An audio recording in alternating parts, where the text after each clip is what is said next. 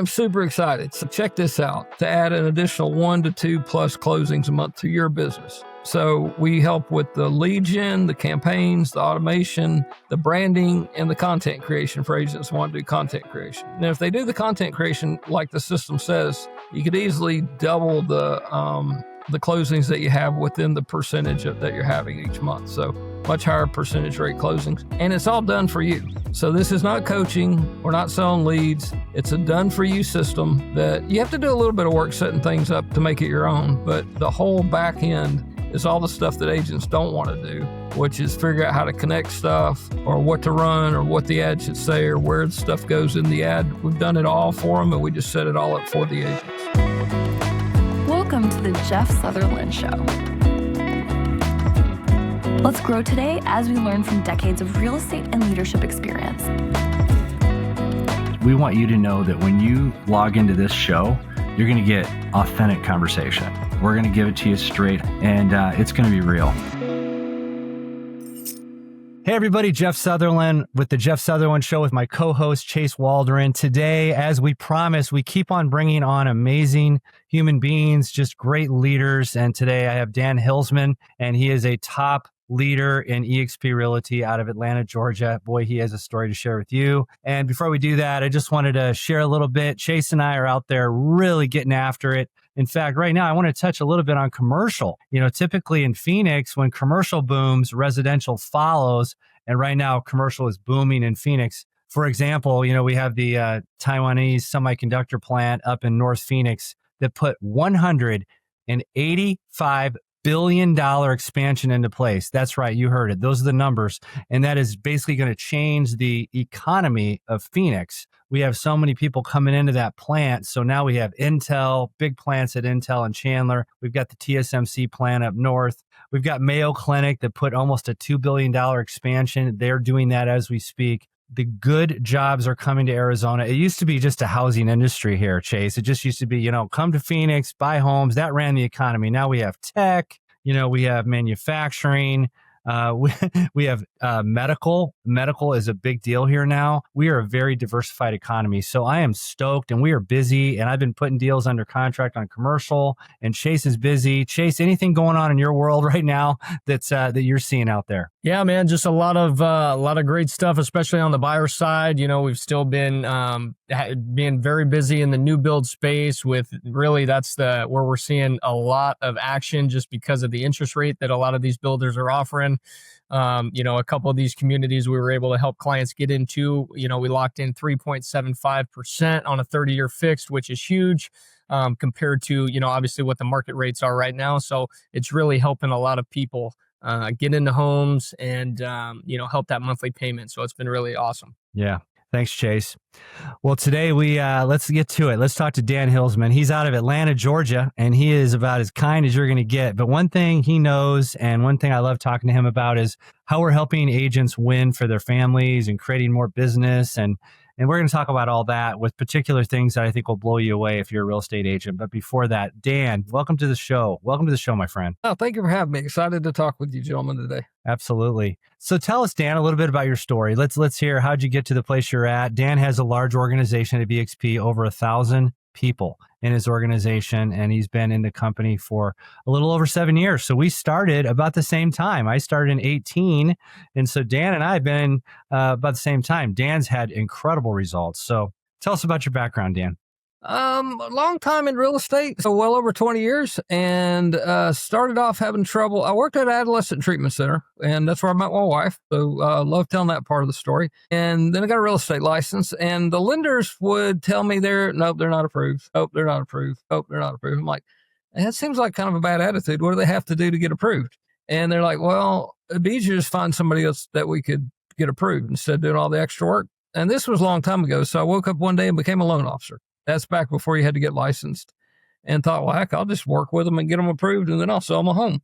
So that worked out pretty well. I was doing that part-time. Then I became a full-time lender, and then I had a bright idea. I started selling a little bit more real estate and had the bright idea, I'll open my own company, keep all the money. So solo broker. My pain point there, I say jokingly, when I had a problem, I'd go look in the mirror, and that guy didn't know any more than I did. And that was kind of brutal because I didn't want collaborate with myself got me nowhere. So I had a friend at that time who said, hey, come be the broker in charge for my wife's company. 9 agents there when I got there, 9 when they sadly got divorced and closed the company. But I learned from that if I ever did that again, I'd negotiate a better split being the broker, and I probably didn't want to do that anyway. So glad for that experience, but just wasn't my cup of tea. Then I went to work with a gentleman that was going to help me grow a team, and I struggled with that. And but I always wanted to figure out how to help agents at a higher level. And then I had a little bit of pain at the last company. Thought I was never leaving. And so no detail, 3 sides to every story, but a little pain, maybe a lot of pain. Didn't have to leave, but just some things I wasn't thrilled with. And then I started looking around, and a friend said, hey, you need to check out eXp Realty. I said, yeah, I've heard of them. I don't think they're in Georgia. He said, yeah, they are. But he wasn't at eXp Realty. So he told me to call this guy. And I called a guy, actually, he's a guy out in Arizona. Was not Jeff, and wasn't Curtis, for the record. And talked to that guy for a while, and he didn't really answer some of my last couple of questions, but I was sold on the company. And so I went and looking for the person. Now, luckily, though, I took all my pain from my previous, and I don't mean that in a super negative way, but pain was a motivator. And I went to find someone that would help me, but more importantly, help me help other agents. And so I found a guy that said he would do that. Wasn't so sure. Thought, well, it's a $149 risk. That's not too much. So if he's not telling me the truth or smoke and mirrors or shiny object stuff, I could always leave and go somewhere else. So that's how I got to eXp Realty. Actually found eXp, found my own sponsor, which is a little bit unique these days. And, just collaborated with the right guy or guys, and one lady in there, but she came along later. So that's kind of how I got here. So Dan, how did you go from joining eXp Realty, just like I did in, 2018 then? Mm-hmm. May, yeah. Yeah.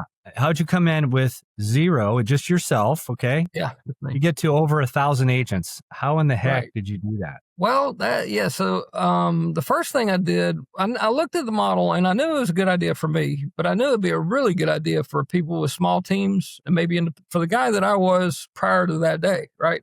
All the stuff I was looking for when I went solo, when I went broker in charge, when I went team leader, that guy being me, could thrive in the model. But I also knew other people that wanted to have small teams that wanted to grow teams. I knew people that were selling some houses that wanted to sell a lot of houses. So I did have relationships in the business that I cashed in, but they all told me no over and over and over. I really did come all by myself. No one was coming with me. No one was interested in coming with me. One guy said, yeah, go, basically patted me on the back. He said, go figure it out and report back later. And maybe then I'll be interested. And so it was really the collaboration, and then getting on a plane, having a few other people get on a plane and go to an event, and then dig deep into the relationship of that collaboration, and then leverage that collaboration with the agents that I was trying to bring to the company. And so the guy is Jay Kinder, he's the Jay Kinder, and then Michael Reese is my direct sponsors. Well, that's awesome, Dan.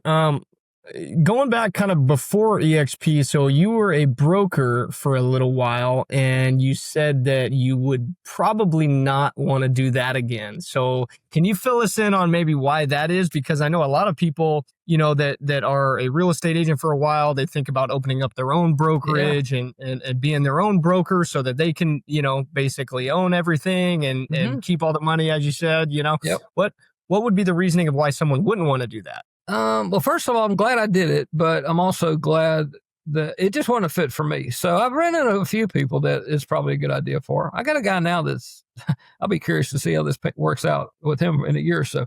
But the biggest problem was there was so much to do besides selling real estate.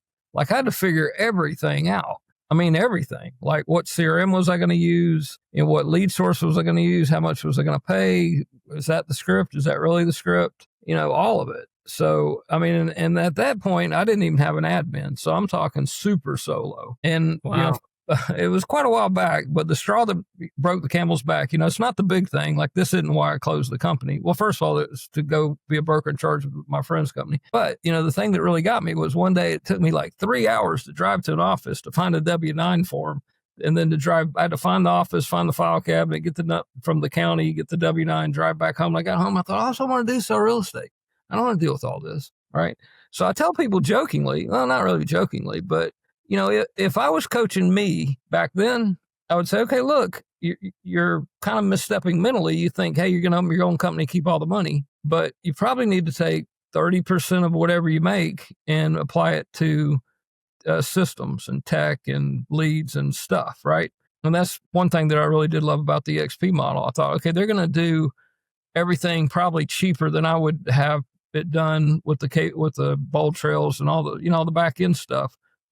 I don't think I could open my own brokerage and just take 20% and then pay for everything I need at the level the XP does. And then I certainly couldn't give it to my agents. So basically build a brokerage within a brokerage. But yeah, that was what got me was all the other stuff. It wasn't the real estate. It was the stuff on top. Right. A lot more other issues to solve right on top of not only just selling the real estate on. It kind of takes away from that, and a lot more liability too when you own the company, right? Yep. And it's lonely. Solo broker's pretty lonely. For me, it was a very lonely existence. Yeah, you and I have something in common, Dan. We actually sought out our people that we wanted to be in business with. I had the same situation happen in Phoenix with Curtis. I love Curtis and I worked together years ago at KW, where I was a team leader, and we had a great relationship there. And then I saw that he moved over in January of 2018, and I begged him to have breakfast with me the next day at 6 a.m. at Denny's. He said that was the only time slot he had open. So I met him at 6 a.m. and I said, "Why did you join?" He told me all the reasons. I said, "That's all I need to know." Because I knew who he was, right? Just like Jay Kinder, and on your side, we've partnered with absolute champions at the highest level. These guys are, and today I want to share with our audience a little bit of what we're doing, the project that we're working on right now, which is literally transforming agents' businesses. So can you tell a little bit about what we're doing with that program? I'm super excited. So check this out.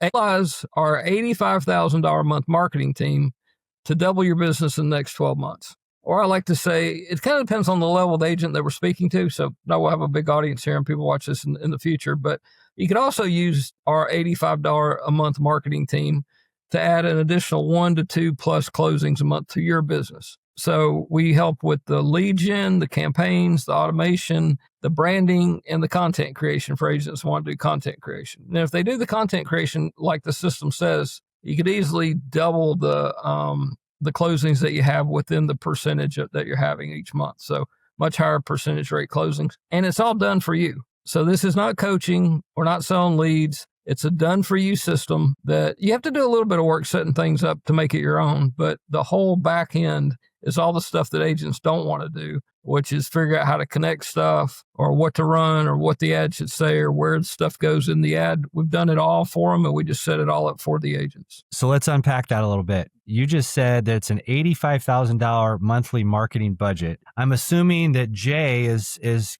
spending that money, right? He's paying a staff to basically help people that come on board in our organization put these things into place. Am I hearing that correctly? 100%. I don't pay him. He pays them, but we get to, and so you and I and all of us get to leverage. You got to get in touch with us. We'll tell you exactly how it works, or get in touch with Jeff or Chase. Yeah, it's Jay. Jay pays his staff $85,000 a month to build funnels, to help with content, help with campaigns, and they're different people for each thing. So you're basically going through an assembly line of getting your business and funnels and everything set up by them for you. So it's a heck of an offer. Well, and how does somebody take advantage of that, Dan? I mean, if we have agents already part of our organization, or obviously some that are coming on and want to take advantage of this, how do they go about getting involved in this? Yeah, it's really a consultation call. So you get with us and we'll figure out what's best for you in that situation. So, if you're already with EXP, we can still help you. It's a consultation call. We'll tell you all about that on that call. If you're not at EXP, then you come to EXP and we build all this out for you. I was blown away today. I went to a training session and the guy was teaching about AI and some of the things he's doing with AI and creating landing pages. Literally created this amazing landing page in like 60 minutes. And, I know a lot of people that listen to us, they're mostly like sphere of influence kind of agents, which is good. That's a good foundation, right? But your sphere can only feed you so much business. As you know, if you've been an agent for a long time, you're going to have ups and downs with your sphere. Sometimes you get hit with a lot of business. Sometimes it's kind of a drought. And, it's my belief that you got to be good on on two fronts. You got to really be nurturing your sphere, and you need a mechanism to feed your database. And you can't stop prospecting. And what we're talking about in this program is complete automation, basically dominating online. And that's where a lot of agents, especially, I would say my age and above, I think that can be a struggle for us. What are your thoughts on that, Dan? Well, what I've learned at a high level is a lot of this high level thinking really boils down to super basic stuff. So when I was talking with both Mike and Jay differently, but years ago, they made me aware of what we're really doing here is building a database. So if we start with a goal, let's just say the goal was to add 1 to 2 plus deals a month, additional deals to a month to your business, right? So then if that's the goal, then we figure out all different ways to accomplish the goal. But within that path, there would probably be a discussion about what's the lowest lead gen cost that we can have that would have the highest return on investment. So we've nailed that. And we nailed super low lead cost with super high ROI. And then also what that does is help us to have now business, a little bit later business, and future business. But ultimately what we're doing there is if you have consistent, predictable lead flow, that can lead to consistent, predictable closings, much more so than if you don't. Yeah, well said. So if you're an agent, you're probably thinking, well, what's the catch? There is no catch. The fact is we have people that have done very, very well in the company who want to give back and help agents win. And right now, it's an economy where a lot of agents are not winning. And so if we can give them an edge, that's amazing. They can come into our organization and succeed.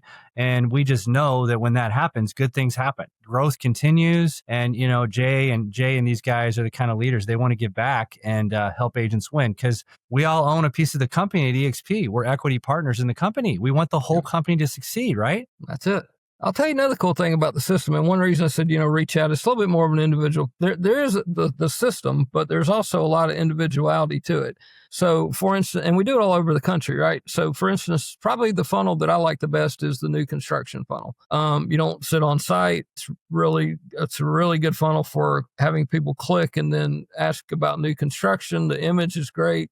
Super easy to dial that in. But I have talked to agents that go, well, I don't have new construction in my area, or I don't have much new. Some have tons, some have very little, right?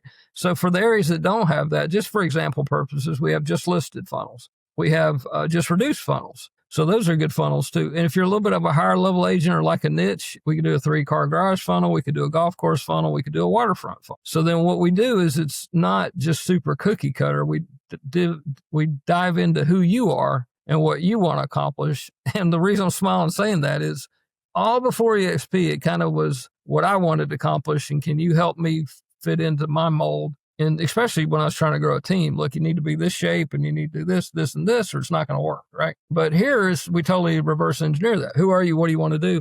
You want to do a waterfront only? You want to do 10 deals a year only, but you want to do higher price deals? You want to do new construction? You want to do, twice as many deals? So that's why the strategy call, 10, 15-minute strategy call is really good for that. Wow. So with all these different funnels, Dan, and obviously, you're getting to know the person, you're getting to know the agent, what they like. But is there a max to how many funnels? I mean, can someone try to, if they're interested or they're in a good area where multiple different funnels or maybe all of these different funnels can be turned on for them? Is that kind of how it works? Do they have access to everything basically? Or is there kind of, hey, you get a certain amount? How does that look? So that's a great question. So what I've learned from Jay and what Jay would say on this call, probably almost certain, but we start with one. So Jay's from Oklahoma, oil well place, right? Lots of oil wells. And he says, let's get one oil well pumping. So we don't want to try to do 3 things at one time. We want to try to do one thing really, really well and then nail that one thing and then keep tweaking it to make it better and better and better. But once that's just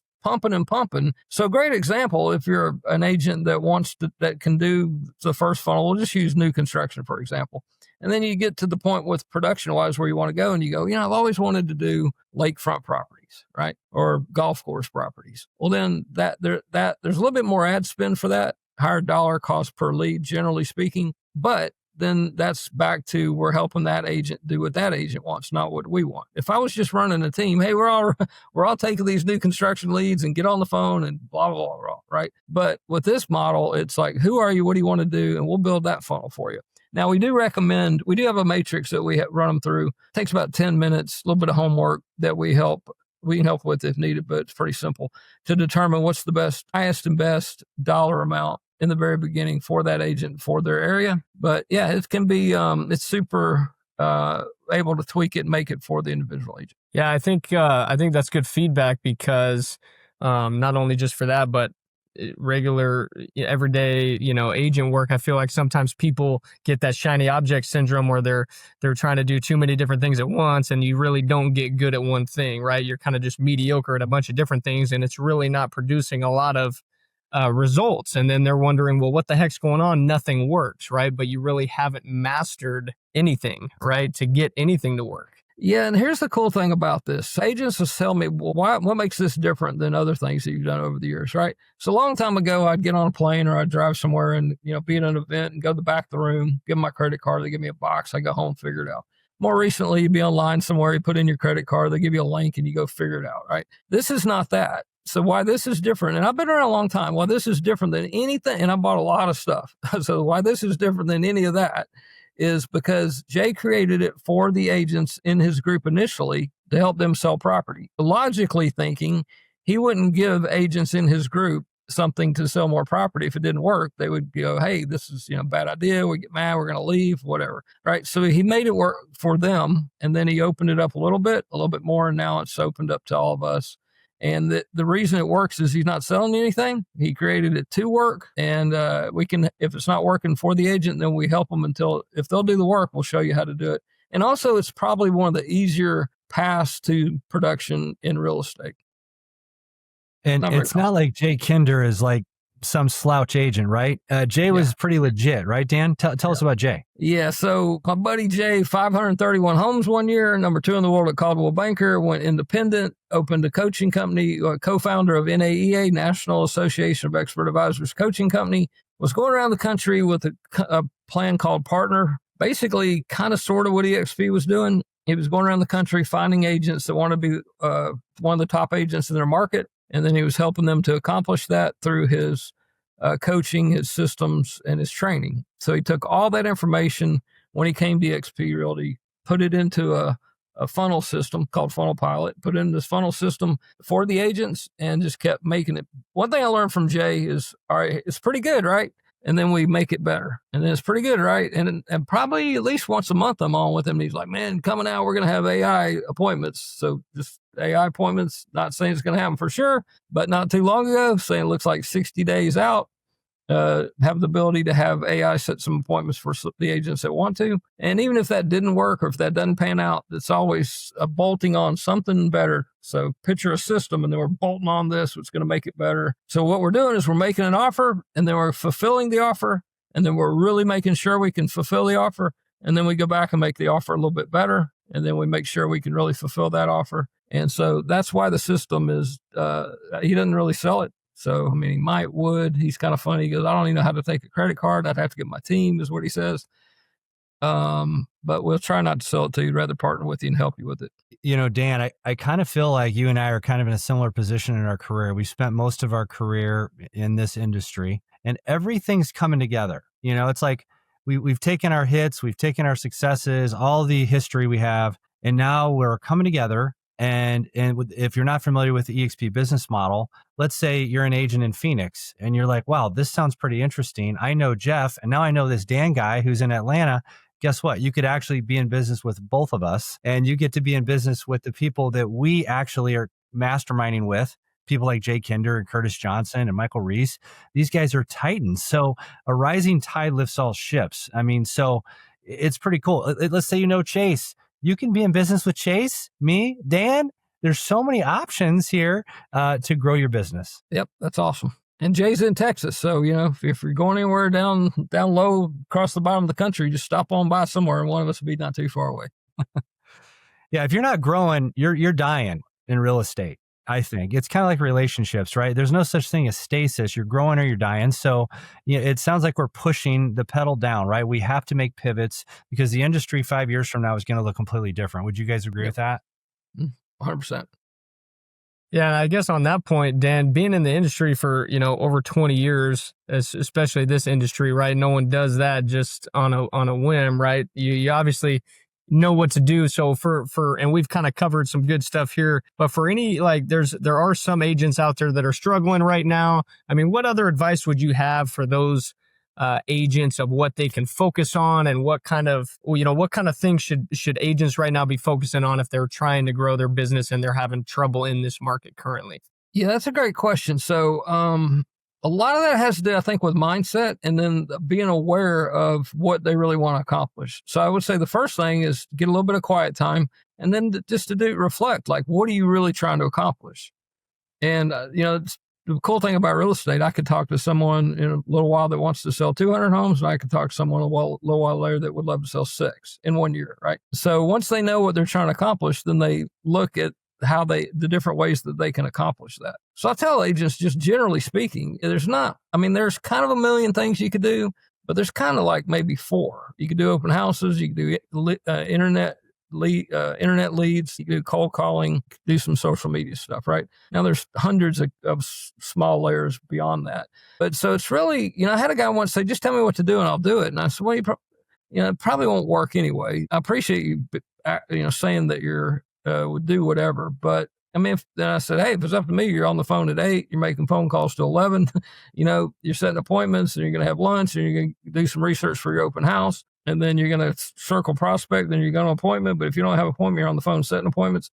You're probably not going to do that for a long time, right? Some agents, there's small percentage agents that do that and thrive. If you can do that and learn how to do that, you can set your own amount of money. But it really depends on the agent and what they're trying to accomplish. And then I would tell them to go try to find someone that would help them to accomplish that. And that's kind of tricky in real estate, right? Some people will help you, some won't. Some help you for money. Some brokers will tell you they'll help you. They probably mean that they'll help you, but they can't really give a lot of time to people that aren't paying the bills to keep the lights on and the brick and mortar mortgage payment going. And they probably mean well, but it's just a struggle with time. So, that's a great question, but it really has to do with who the agent is and what they're trying to accomplish. I would say once you know what you're trying to accomplish, the goal, and then put your head down and get a plan and be persistent. And then don't give up. It's just so daily, persistent action. You got to take action. One quick plug for EXP's capping program, fast cap program, is take action. So, the guy that started the program, I was thinking, wow, he created this amazing program. And I was in this meeting and he said, the program's pretty good, but what we're doing is we're getting agents to take action on a consistent daily basis, right? So every day they have action steps. It's not much more so than a brilliant coaching scheme, plan. It's like, no, here's what you're going to do. You're going to have one meaningful conversation. You're going to do one CMA. So it's just action. Yeah, 100%. It's that clarity too, right? Because if you don't have a destination in mind, you don't know where you're going, right? So setting that clarity, making sure you understand what you want, and then you can figure out how to get it as long as you know what you're looking for, right? And then obviously, I've said it, we've talked about this a lot too, is being around the right people. Like you said, being around the guys that have already done what you are trying to do, being around, I'm thankful to be around a guy like Jeff, who's been in this business, nearly 25 years. And that's what it takes. Cause then, and as you're doing the activity, you can check in and say, okay, hey, am I still on the right track? Right? Am I still doing the right stuff? Is it paying off? Am I going the right direction? Right? And they can kind of tweak you, either which way, or they can reconfirm, hey, you're doing the right stuff. Just keep going. Yeah, that's very important. Very important. Speaking of fast cap, we're talking about a program where they're averaging over 5 written agreements during this program. 6 weeks. In 6 weeks. That's crazy, and it's like, so every single agent that's in the company that I bring into my organization that's new, or perhaps they just want to reinvigorate their business, I send them to fast cap. And it's free. The company's not trying to charge them extra dollars to go to these things. It's so good. And, we're talking about asking agents, what do they want to accomplish? I've learned a lot of agents have no idea. If you ask them that question, they can't answer it. I think one of the biggest reasons why agents don't succeed is 2 words: independent contractor. They come in and they're like, oh, I'm an independent contractor. I get freedom, and I'm like, hey, that's going to be one of the biggest downfalls you have. If you don't think you need to have accountability, you're going to slowly die, right? So we need each other and we need accountability, I think, collaboration to succeed. What do you think about that? 100%. I love the program. I love the program. It's not crushing for me. I was their answer for FastCap prior to FastCap, but I wasn't really the answer, right? So, a little bit of an introvert I am, except for EXP Realty. So I didn't do real well with, and look, when I came to EXP all by myself, right? So I onboarded myself. I filled out the application. Wasn't super complicated, right? And then I got some emails and I did what they said, and then I was on board. So so knowing that about me, I'm probably not the right guy in the right seat for helping agents sometimes with the mundane stuff. Cause I'm like, I don't know. Why don't you here's the deal. You got to figure it out, right? I can figure out even with FastCap, right? I figured out you should be in FastCap. So that's all you need. But now you got to go there and figure out the last 20% for yourself, right? So I spent a lot of time trying to figure the last 20% out for agents, and now I realize that they get to figure that out for themselves to be successful. And you know what, Dan? Talent is going to figure that out. If you have to manage people, they're not talent. Talent manages you. Chase is the person that's calling me up every day saying, "What's next? What's next?" That's talent. You know what I mean? Now let's look at your organization. You've got a good majority of your organization in Canada. So how in the world did that happen? Yeah, I love that story. So I was telling a guy once about this opportunity and how I have hundreds and hundreds of agents in Canada. And he said, "Well, good for you, but I don't know anybody in Canada." And I went, "Well, that's kind of the point. I didn't know anybody in Canada either. And I didn't know anybody in Canada until they were actually in my downline." Right. So how that happened, though, was I brought a friend over after several no's in a few months and a few hard no's, and then a maybe. And then we brought a mutual friend over. And then one day he called me and said, "Hey, we got the guy I knew, his wife was a broker of a company I'd been at years ago." Anyway, he came over. And then when he came over, so I helped with those three. But that guy knew a guy in Canada that had and I'm in Georgia. So that guy knew a guy in Canada that had an independent brokerage. And then he looked at the model, and what he said kind of blew me away. He didn't really need to do it for himself. He was doing fine. He was selling a lot of property. He was making a good bit of money. His independent brokerage was fine, but he couldn't do for his agents what EXP could do for his agents. He couldn't buy them all a KB Core at the time, which is now Bold Trails. He couldn't give them stock. He couldn't give them revenue share. He couldn't give them the opportunity to do what he was going to do at the company. So that guy came on, and then he found other independents and teams in Canada, and he started bringing those folks on. So every time one of those Canadians have a closing, I get a little tiny bit of money, and they don't call me and ask me contract questions, and they don't. I'm not liable for them, and I'm grateful for them. I'd love to help them, but I can't even really help them for the most part. I mean, I could help them with like business conversation and recruiting and higher level conversations. But, the cool thing is all the stuff that I'm not great at and don't want to answer anyway, got to go ask the broker, go ask broker support, go ask somebody in Canada. And I don't know where the initial goes on the contract. So that's awesome. Yeah, I think that's what's crazy just about, obviously we all kind of understand it, but, the power of you bringing on somebody who then, knows somebody, and now you have these individuals in your organization that are nowhere near Georgia. You don't know anything about Canada real estate, but yet they're still being helped there.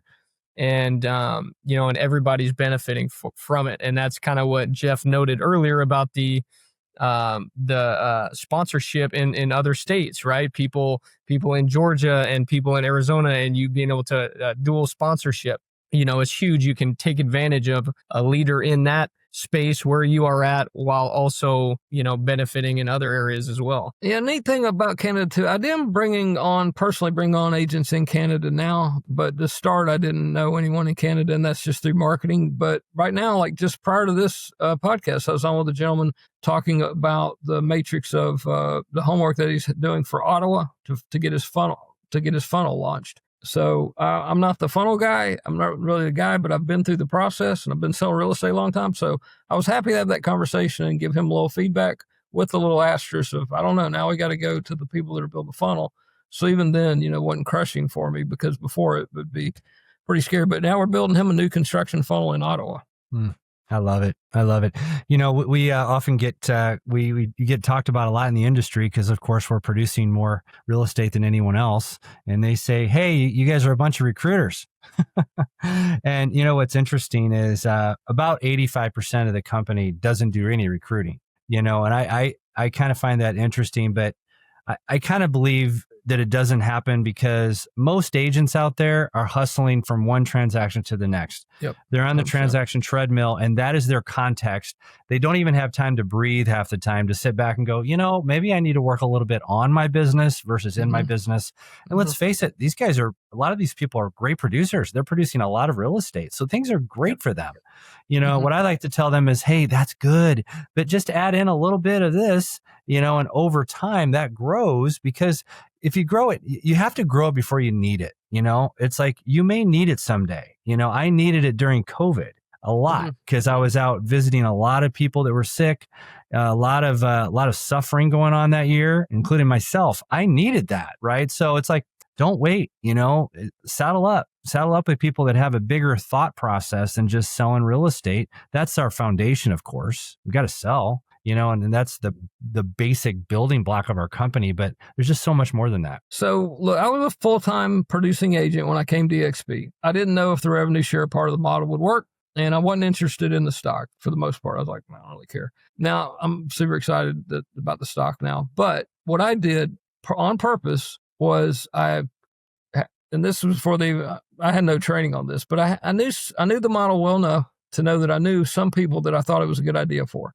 Not that I was really trying to recruit, but I was, but also really believed it was a good model for them to at least look at. So what I did, and I didn't want to time away from my family when I got home after production. So what I did was I had names written down on a notepad, and I would call in between showings, but mostly on the way to a showing, or even more so on the way home from a showing. So I made all my calls then. So it wasn't really, I didn't do the half day Friday time block, but that way I could get it done. And those are all people that I knew that they needed, hey, I made this change. You might want to take a look at this. It looks really good. Don't know if it would be a good idea for you, but you should at least look at it type of calls. And so I made those calls at red lights and on the way home from showing. So I love that happened that way, because help agents to understand they were only having an excuse. I was a very busy full-time agent and wife and 2 kids, helping coach my son's baseball, trying to go to my daughter's cheerleading, trying to be home for most family dinners. Didn't really have time block to make. And look, I'd never recruited anyone in my life. Remember my story? I was a solo broker owner.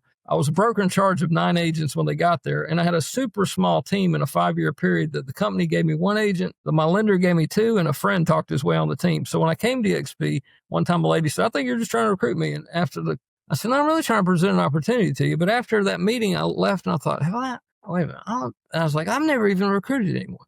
And I think I had about 200 agents at the time. And I hopefully to this day, I still haven't recruited anyone. I'm trying to present opportunities and then help people with what they want help with through the relationships and the things that I have availability to and created to help them grow their business. So, try not to recruit anyone, but surely try to present opportunities and help people when we can. Let me ask you this, Dan. I don't believe you said it, but when you mentioned earlier you weren't that excited about the stock, you weren't sure if the revenue rev share was going to really even work.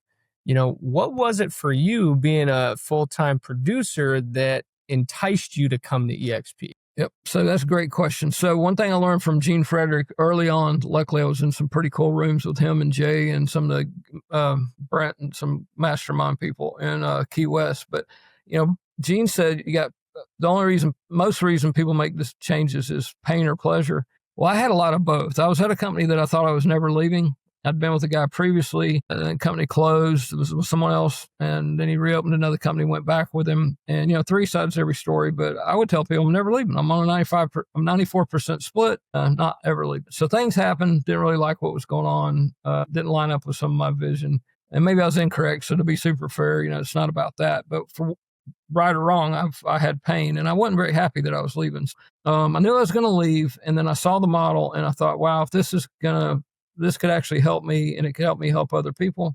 And it was a risk. I was going from 94% to 80%. So what I told Jay, I said, look, I don't know much for sure, but I do know that on a $10,000 deal, I'm going to make $8,000 instead of $9,400. And I do have a wife and 2 kids, and that I got to figure this out relatively fast. I thought the revenue share would work, but I wasn't positive because I've been old enough and been around long enough to go, I thought other things were going to work, kind of like the solo broker thing, kind of like the broker in charge thing, kind of like the run in the team thing, so I thought, and a lot of other things, thought that, this might work. I think it'll work. And what I told my friend I was friends with the broker and the owner, and the owner, sorry for another day, the broker really didn't want me to leave.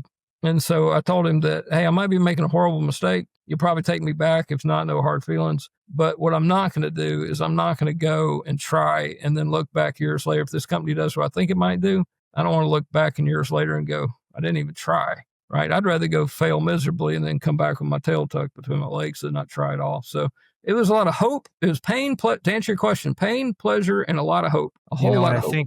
I think, Dan, we're in the midst of going on another run. I really believe that. We've been hanging tight in the mid 80s for agent count for the last couple of years in an absolute wicked hard market. And most companies out there have gone backwards. And sometimes in business, when you're breaking even and you're just kind of hanging in there, you're winning. Yeah, because your competitors are losing. And so we've been building stronger tech, stronger leadership. We keep on bringing on these massive whales into the company. So I believe we're in the midst of another run, especially since we just introduced co-sponsoring, which is taking off like wildfire. You want to talk a little bit about co-sponsoring, which kind of goes hand in hand with this offer we're offering agents? Yeah. So the co-sponsorship makes this possible for Jeff and I to make this offer to agents, right? So we would love to have a conversation with agents, 10-minute-ish strategy call to see if we can help you with your production. But that's before I would like to help Jeff, and I'd be a nice guy and I'd answer his questions, or vice versa. But now we can actually be in financial alignment, which ultimately helps us to help each other, to help other people, which is a great thing, right? So how cool is it that we can all be partners at the company instead of only finding people outside of EXP to be partners with? So really neat opportunity. And if you're listening, we're listening to Dan Hilsman. He's out of Atlanta, Georgia. How long have you had your license, Dan? Yeah, 34 years.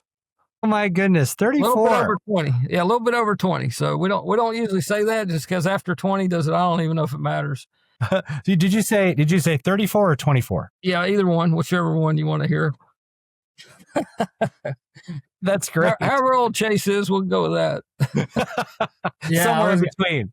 I was going to say, I mentioned over 24 or 25 earlier, but man, that's even better. I got licensed young. But no, this is a great time in real estate. I mean, especially with this. I mean, think about this. Use our $85,000 a month marketing team to double your business in the next 12 months. If you're curious on what that looks like or how that might work for you, give Jeff a call. Yeah. Thank you, Dan. This has been such a great interview. Dan, I'm going to give you the last word. Anything else you want to share? Because we got a national audience, people that do real estate, some people that just want to be better leaders. Anything you want to throw out there to the world before we sign off? Yep. I didn't know anything about leadership. I was thrown into it. One realization when I became aware that I needed to have leadership skills was, it's okay, I'll go learn leadership skills. So you can do whatever you set your mind to. Not saying I'm there yet, but way farther along than I used to be. And then I always try to don't always do it because I am human, but if you try to come from a place of love and just add value, have a better day than if you didn't. Honestly, Dan, that is why I love this company so much. Is I thought, boy, if I'm going to go to a virtual brokerage, how am I going to build culture? Honestly, we do a lot of meetings online, but when we see each other, and we'll see each other in October, we'll see each other probably in Cabo. When I see you guys, it's like a family reunion. I cannot wait. And it's, I'm happier in this position in my life than I've ever been in real estate. And I kind of feel like everything's coming to a point where, we're at our highest and best. And we just want to give more of what we have to other people and share what we know. And it's just a good life. So Chase, anything else you want to add before we say goodbye to everybody? No, you nailed it, man. It's a great life. It's a great life. Awesome. So yeah, you just watched the Jeff Sutherlin show. We're very blessed that you listened today. I hope you got some good things. And if you're interested in the offer, give me a call. Give Chase a call. Let's do some business. Let's rock and roll. This is Jeff, Dan, and Chase signing off. Have an awesome day, everybody.